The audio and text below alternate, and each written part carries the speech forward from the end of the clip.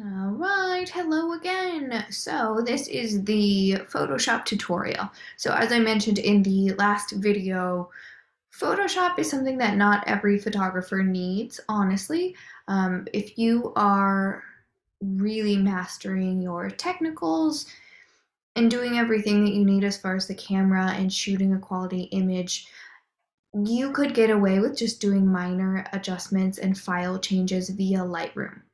So if that was the extent of your photographic skill, which honestly a lot of photographers up until kind of maybe 2000s really did very minimal things, and if they did do digital editing, it was in a program similar to Lightroom, doing really minor edits, and you can be a very successful, masterful photographer if you simply know how to do that. However, when you learn more advanced programs, and by that I mean more versatile programs like Photoshop, it does open up your photography to kind of going beyond reality. So you have a lot more choices that you can make. You have a lot more freedom, and more fantasy can be involved. So that's not to say that you have to know that, but I think for you all who are dealing exclusively in digital photography, I think it is helpful for you to learn. And again, I don't know everyone's impetus for choosing to take this course. For many of you, I suspect that digital editing might be a part of it. So this is a more advanced version of digital editing, and again, can open up the versatility of what you can do.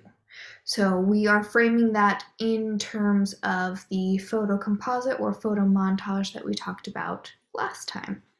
And last time I did address the shifting landscapes project, but I did not show you some student examples. So to start off this video lecture, I will go ahead and pull up some examples for you.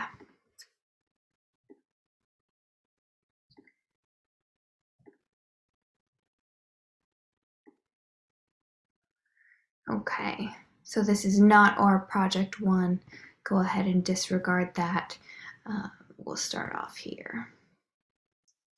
Okay, so this is a project by Caden Robertson, and this is a depiction of Flagstaff, and also Caden was virtually commuting from Flagstaff to ASU at the time of this project and felt a particular pull between kind of two worlds, two environments, and also wanted to show the difference in the landscape around them that they saw every day. And the road, obviously, symbolizing the sense of journey, travel, transition, things like that. I think this one was fairly good in sort of melding those two worlds into a scene that looks, although fantastical, somewhat realistic. A little technical things like light and shadow could be improved, but overall, I think this was a pretty seamless photo that is kind of more along the lines of the stitching that we talked about, that form, rather than a more photo montage, which has very clear boundaries. All right, Julian Purvis. This is one that was kind of talking about the idea of nature overcoming the metropolitan area. So, obviously it's a cityscape. This is Phoenix, but with wild, overgrown, large natural elements like the cacti and the boulder, all of this detritus in the foreground of our image here. All of that was kind of superimposed onto this landscape of the metropolitan Phoenix Valley. Again, I would say there are some technical things that could be improved to make this look more realistic, but there was a good job of kind of melding these different elements into a scene that for the most part looks as if it could exist in real life. So we're not kind of breaking outside of some sense of reality here. Okay, so here's one that says clearly, I'm a photo montage. This is not reality. This is definitely artistic. So this is by Kian Callahan, and Kian kind of opted to use scans of digital gelatin photographs that he had taken previously of this landscape, scan those into the computer, then sort of digitally stitched them together, though not trying to trick us into thinking it is one seamless image, but rather leaving them raw so that you can see the different exposures between them. On the other hand, shooting in color in digital photography on a DSLR, all of these flowers that do very seamlessly combine, we cannot tell where these flowers start and stop, and they create a really unified, seamless border around. Alternating that with, I believe this is agave or aloe vera. I believe agave. I think it's downward of an agave plant. Kind of putting that inside and then these concentric squares leading down. So this overall kind of depicts this sense of quilting, of squares, of patterning, but all kind of dealing with very natural instances of Arizona nature, flora and fauna of Arizona nature here. Okay, and this one is meant to kind of reference a vintage postcard. So this one is not trying to depict reality and in fact is very obviously circumventing that. So this was Jack Arthur, who really took license in what he was trying to say with this image. So instead of trying to make it the most crisp and most clear, he degraded a lot of these photos and different elements that he used to create this fantastical environment of this sort of post-apocalyptic phoenix on a rock floating off into the sky, and then him smiling in the foreground as if to say, I'm having a lovely vacation and I miss you. So some different playful elements there, certainly, but an interesting take on the idea of photo montage in that it was not depicting reality and instead was kind of using the format to really make a statement and reference a time period and a specific media, this vintage postcard.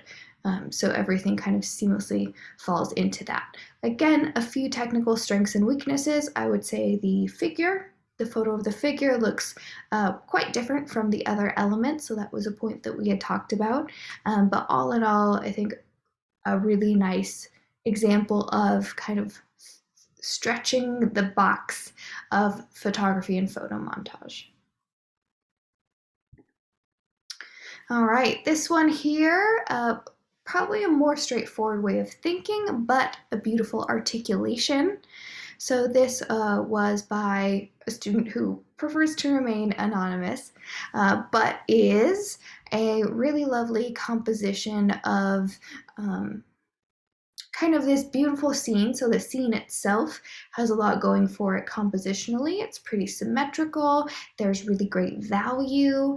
There's a balance of weight and elements. There's kind of clear downward eye movement into so I would say our focal point is maybe that window, and we glide down to the figure, which is kind of the subject of the photo. So all really clever photographic choices that exist in this space, but then made a little more dynamic with all of these different elements kind of lining up together in that way. This student also decided to be a little spicy and add this plane in the window. So that was not original in the photograph, but does kind of make sense. And if we're reading into that symbolism, perhaps it is this maybe fantastical viewing of what happens outside. Maybe it's a journey, maybe it's an exploration, maybe it's a longing to be somewhere, or a reference to travels, something like that. All right, and the last one I'm going to show you is Adam riding. So this one feels quite different. This feels very artificial, but done very well. So all of these elements were photographed separately and then put together in this sort of void space. So we are looking at this flower. It's a sort of made up botanical being that's existing in this clump of space, in this clump of soil. And it's sort of referencing the idea of isolated nature, artificial nature, laboratory references back to the organic, natural. So all of that is present in this image, and a really nice depiction of escaping from reality. So this is not meant to be something that we're familiar with. This is not something that we see every day. This is definitely a very crisp, clean laboratory setting, void negative space where we see this plant that does in fact not exist for us, these vibrant oversaturated colors. So all of those are existing in a space as if to say, this is not real, this is fantasy, but it sells it, right? We know that it's not real, but we buy that it sort of makes sense as an overall image, and aesthetically really strong choices were made here. Okay, so those are all the student examples that I will show you. Next up, I'll kind of dive into a quick Photoshop tutorial. So this is by no means all that Photoshop is capable of. The makers of Photoshop and the Adobe Suite admit that they don't even know everything that the programs are capable of at this point. There are so many people working with it and so many different ways to do things that there are multitudes of things that you can do. People spend their entire lives mastering it. What we will talk about specifically in this unit is simply what you need to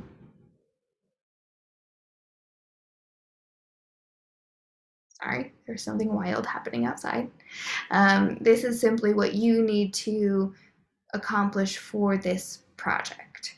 And in knowing and mastering even these few techniques, it will give you enough that you will be just a little dangerous in Photoshop. You'll kind of know what you're talking about enough to really expand what your photography can be. All right. So I went ahead and uploaded just a couple of photos. So these are example photos that I took at the Petrified Forest. I was actually just playing with a different camera, and I was not thinking about this project, but it just so happened that it applied.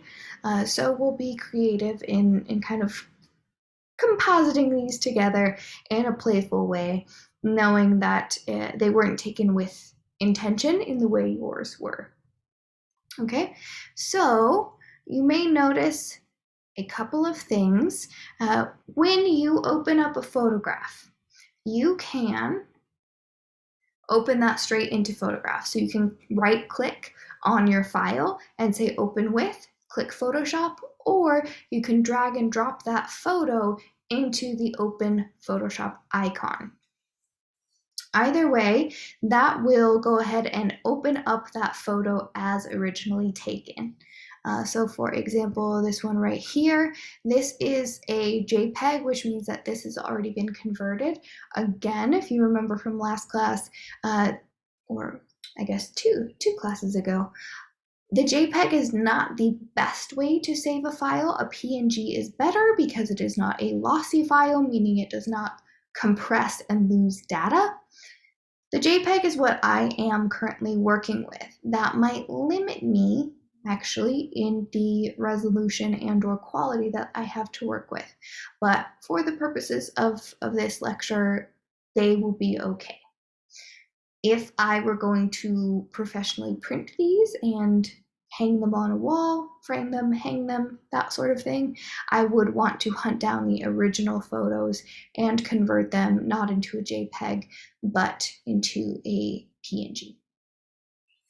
Okay, so that being said, if you open the photos individually, you might get something that looks a little like this.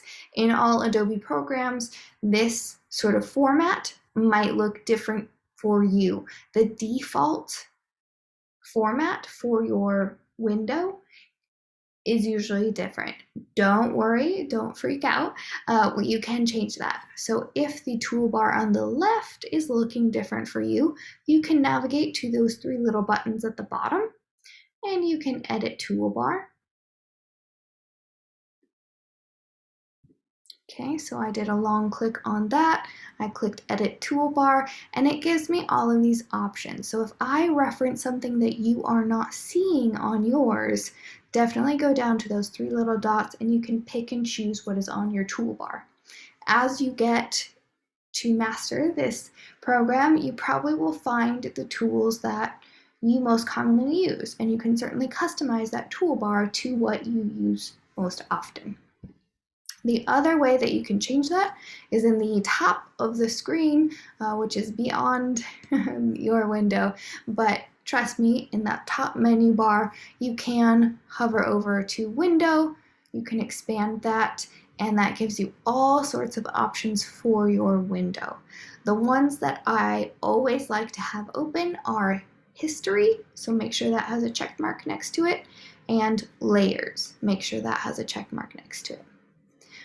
The others we can kind of pick and choose based on what you specifically want to do, but those are the ones I like to see. So I do have my history window right here, layers right here, and typically the layers panel also has channels and paths behind that, but I'll keep it on layers. First and foremost, in that layers, it says background and it has a little lock. We need to unlock this layer in order to make any changes. So I'm going to double click on that. You could rename it if you wanted. I'm fine with layer 0, so I'll say OK. Once you do that, that lock goes away. That means it's open for editing. Very simple edits. If you hover to that top window, you'll see image. You can click on image, scroll down to adjustments, and then when you hover on adjustments, you have an expansion menu with a lot of different options. So this is sort of like that Lightroom tutorial in that I don't want you to wildly change your photograph. I want you to enhance it. I want you to make it slightly better. So it's your grandma's secret cherry pie recipe, and maybe you add a little more salt to the crust. Maybe you add a little less sugar in the filler. I don't make pies. I'm making all of this up. Anyway, it's slight changes because grandma's recipe is already awesome, right? You don't want to change it entirely, but you can enhance it and change it to your tastes. So let's go over to levels. If you click levels, you get this little histogram that pops up. I particularly like this to change my lights and darks because it's an easy way to see. So if you hover down to this first little arrow, I'm going to click and drag that.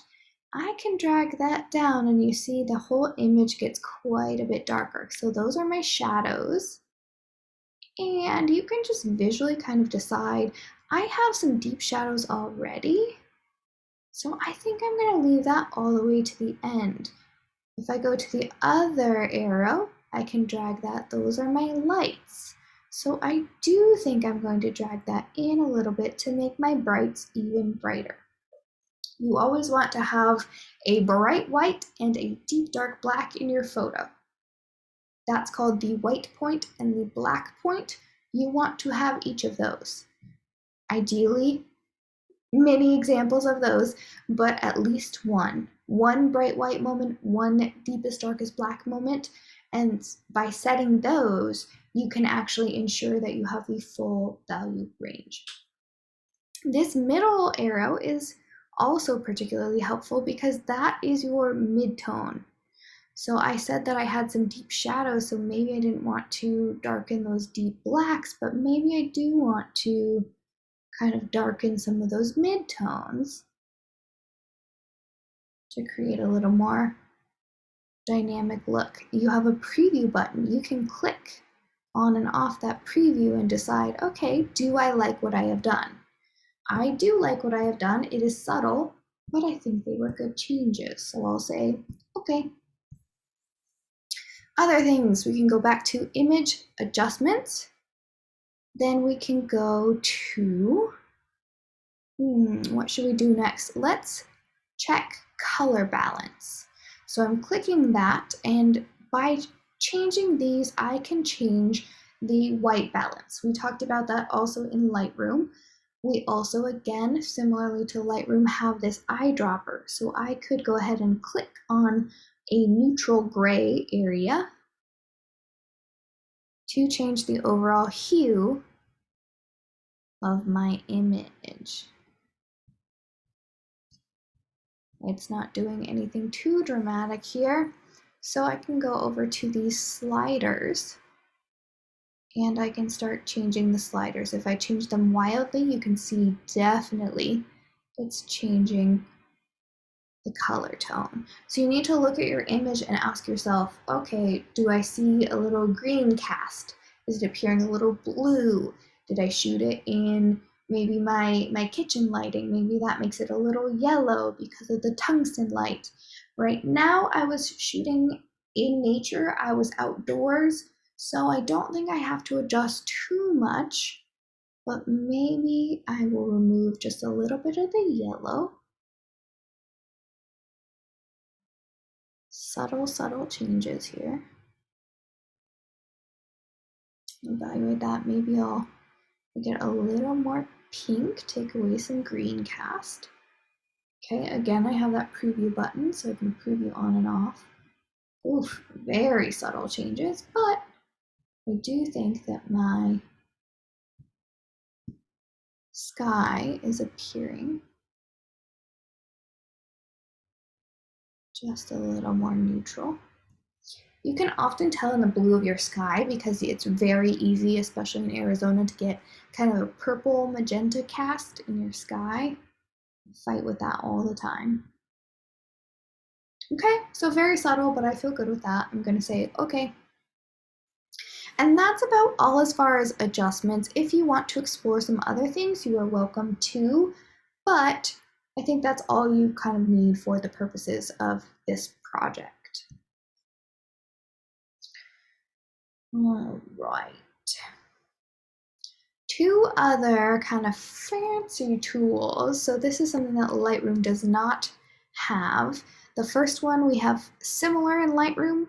This is our spot healing brush. So we did have dust removal in Lightroom. Now we have spot healing. It does a similar thing. If you have any little moments, any little pieces of dust that were on your lens, if you had a little maybe dust spot on your subject, if there was a little, maybe there was a leaf stuck in someone's hair, something like that, something very tiny, you could go ahead and remove that. Let's see, maybe I will focus on these airplane trails. It's a little bit bigger than I would recommend for a spot healing tool, but honestly, I'm not seeing a whole lot in this image that I'm disliking. Maybe this little trail right here. So I'm in spot healing tool. I'm going to color right over that. It does appear black, then you lift up, and the algorithm of the computer kind of generates filling in that area, removing what was there previously. So in my history tool, I can go back one. So if I click on the last action that I took, which was color balance, I can click on that. All of a sudden it will remove the spot healing, so you can see. Let me zoom in. So that was without spot healing, that was with. Without, with. So it's a pretty good tool. I don't think it did it 100% perfectly, especially in that area right there, but it did decrease that. So now if I zoom back out, you really couldn't tell that from just natural cloud activity. So that's a great option for that spot healing. If you need to do something a little more extreme and something that is larger, the spot healing tool might not serve you, because if you try to make it too big of an area, it does just mess up in that algorithm. It doesn't always cover things appropriately. So let's see if we can make it fail here. It's just a really big brush, and we'll try to remove this entire airplane trail here.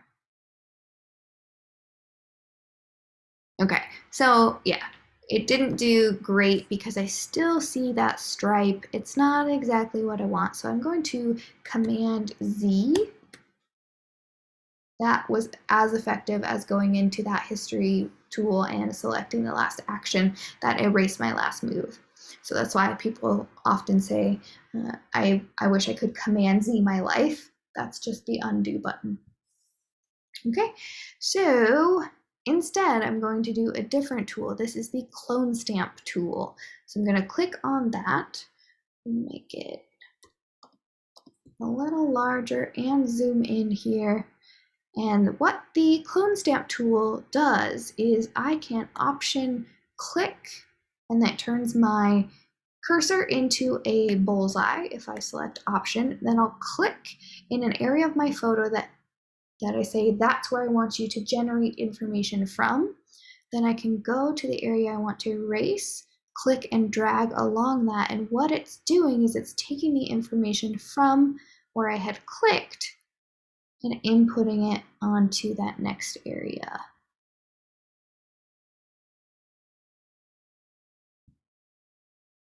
Okay, a helpful thing in that is to make sure that your hardness is at 0. That means it has very fuzzy edges. That will help it appear more normal, more seamless, I suppose. You can, of course, select that information gathering area more than once, as many times as you need, to really get the right look and feel for what you're doing. Okay, I still see just a few little flaws in that, meaning that if you zoomed in really closely, you could see some of those edges. So being really nitpicky, I'd keep working on that a little bit. Maybe I could change the opacity of my brush. So instead of marking 100%, I could go in and do a 50%. That'll just kind of blur some of my edges there, particularly in the cloud portion. All right, so that feels a little better to me. Go ahead and zoom out. And now that area looks pretty seamless. Well, if I were a perfectionist, which I am, I would like to go back in there and work on it a little more. But it looks great. To the average viewer, I don't think you'd ever know that I had messed with the sky, but now the airplane trail is gone. So if I were trying to depict nature without any human hand or human fingerprint in it, perhaps that would be important that I take those trails out. The two methods to do that: spot healing and clone stamp. All right, so that is all that I wanted to show you as far as that kind of first adjustment editing, meaning adding that little spice to your recipe.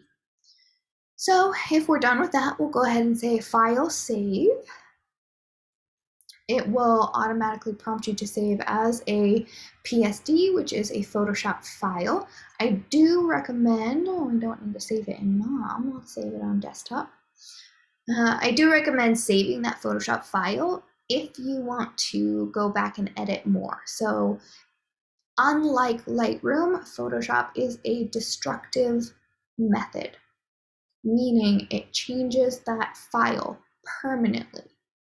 So I do recommend you always save your original file, just in case you do some crazy edits in Photoshop, you regret them, you can always go back to your original. And I recommend you always save your Photoshop file so that you can go back and make those edits. Your history goes away every time you save your Photoshop file, so know that you can't Command Z or undo the last actions after you save that Photoshop file, but it does mean that a lot of other things stay.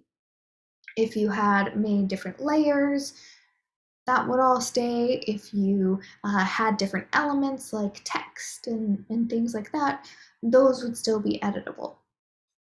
Okay, so I do recommend you save as a Photoshop file, and then when you are completely finished, you can go ahead and save it as that PNG.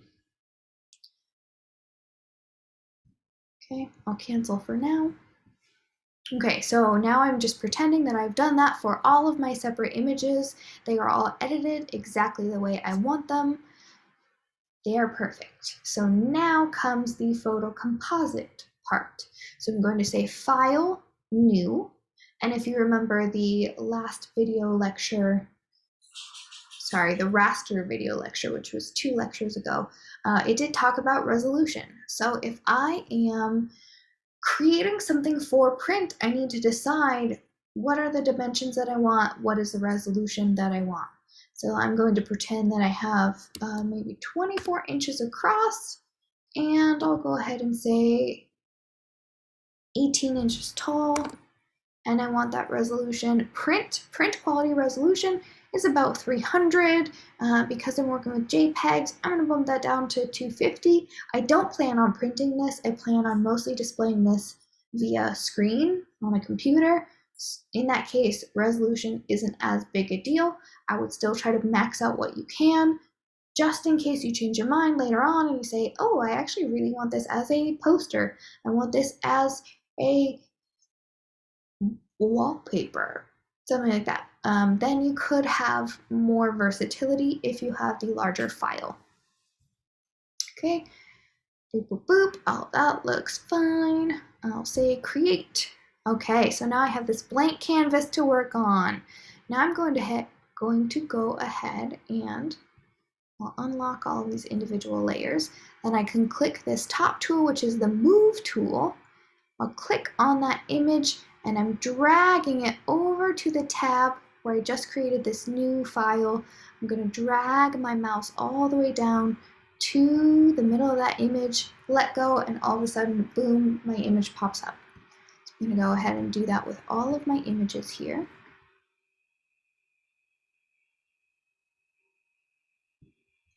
I only have 4.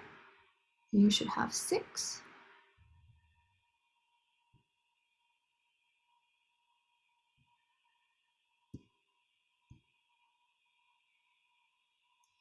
Okay, so now they are all on one picture plane. Do I have a repeat? Looks like it. Ooh, interesting.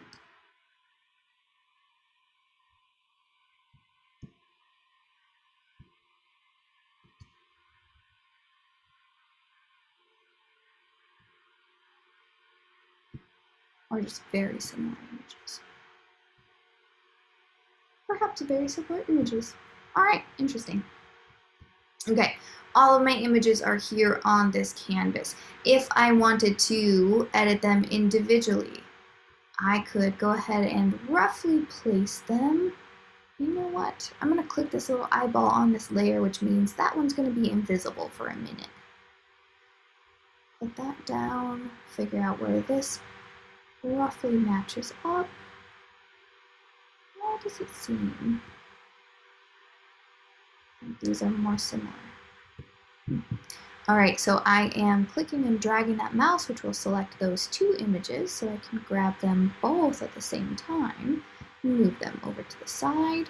That gives me better access as I am looking into roughly lining up that image. If you can't place that specifically with the cursor, sometimes it has that magnetic tool that will snap it to a certain location. You can then just use your arrows. I'm using my down arrow to move that slightly down. Let's see, I'm going to move it slightly left as well. Okay, so it does look like these images do appear really close together. Just maybe not ideal for this project, but it's sort of what I knew what would happen if I wasn't intentionally shooting for the purposes of this example. So for now, I would say that's pretty well lined up. So that's multiple images that are all lined up. That is not to say that you have to create that seamless transition, but if that's what you are going for, this is a pretty good place to start.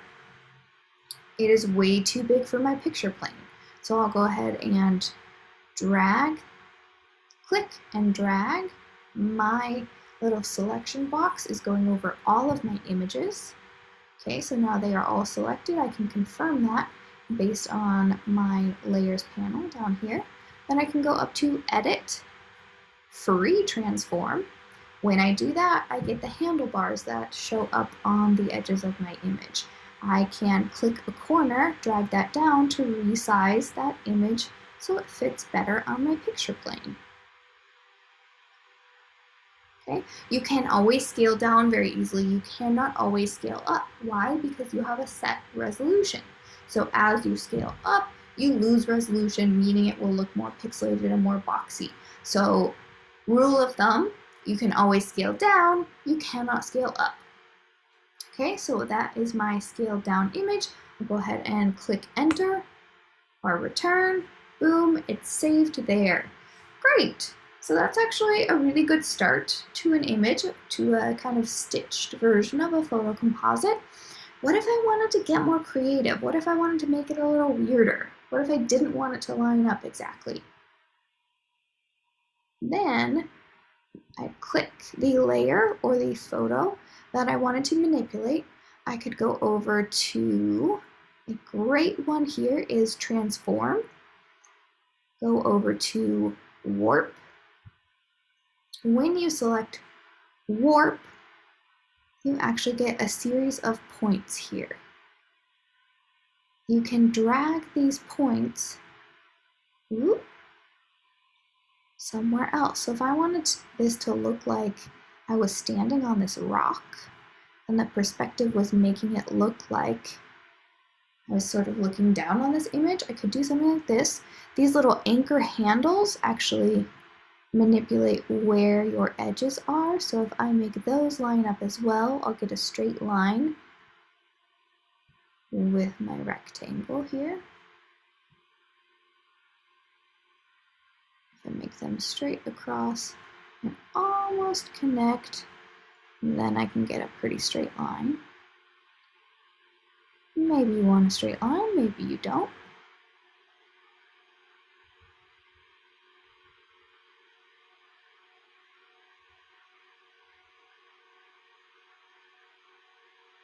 Okay, I'll click enter. And now all of a sudden I have this different perspective of an image. What if I wanted things to not match up entirely, or maybe repeat, or get a little interesting over here? Maybe I'll pull that image, then I'll go up again to edit, transform.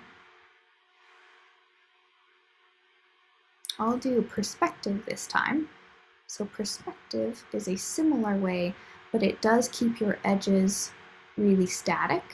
So if you wanted to ensure that you didn't have any curve or deviation in your image, you could use perspective. Just makes things a little clearer. Okay, maybe I'll click enter there. And last but not least, let's do something fun with this top image. Now again, go edit, transform. Maybe I'll distort this one. So then you really start shifting things. Okay, so as you're doing all of this, it's not just to be wild and to play around willy-nilly, but also think about the aesthetics of what you're creating here. Why are you distorting it? Why is it looking on the picture plane the way it is? What does that do visually? Does that enhance the image? Does it maybe take away from the overall image quality? I am actually kind of enjoying how this is looking right now. I think it's pretty dynamic on the picture plane. My white margins make sense. I'm happy with the quality of the images themselves. So I actually feel pretty good about this. I think it lends towards my concept of kind of depicting the natural landscape, but also exploring perspective, first-person perspective, playing with planes of the landscape. All of that is making sense to me. So if you say, okay, that's great, love it, I'm done, what do I do? Okay, you're going to do File, Save As.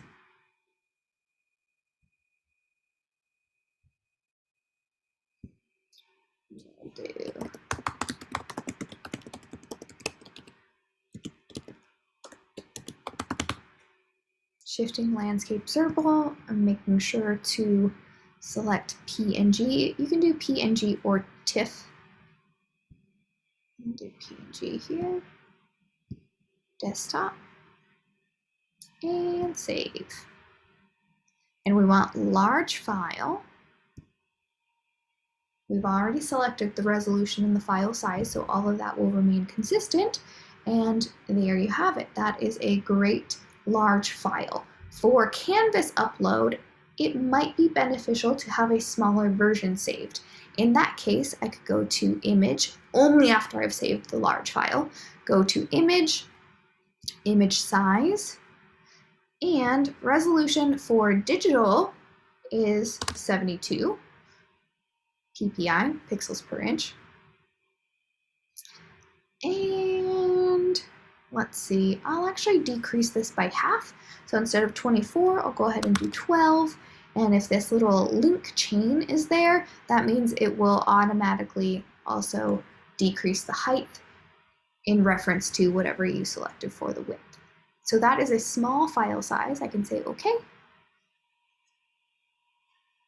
Looks much smaller.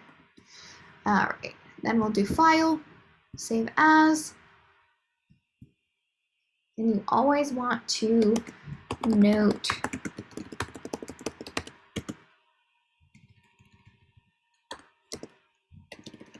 shifting landscape small. You always want to note which one is your large or original file and which one is your small file. Okay, and you do want both of them because they both serve different purposes. You can upload the small to Canvas. That will serve your purposes. You should have the large one at your disposal in case you ever want to manipulate or further work on this image or print this image. Okay, I'll say save. Okay. And there you have it. That is the down and dirty. That's the basics of what you need to know for this. If you want to explore and experiment, certainly play around with this program. Again, there are so many different things that it can do. But if you are new, you want to stick with the basics and you really want to master what is needed for this project, simply and in singularity, you could certainly just work with those. Just knowing those will get you pretty dangerous with Photoshop and will be certainly adequate for this project. All right, so that is all that I have for you. If you do have any further questions, Adobe has excellent tutorials and Google can be your best friend. If you are running into a particular issue, you don't know how to get out of it, ask Google. I ask Google all of my silly questions about all of the Adobe suite all the time, and I almost always get my problems resolved pretty quickly. You are not the first person to have those problems, I guarantee. So certainly use your resources. Adobe has excellent tutorials for anything that you can imagine. And of course, you can always email me, Zoom me if you're particularly running into a sticky situation. All right, have fun.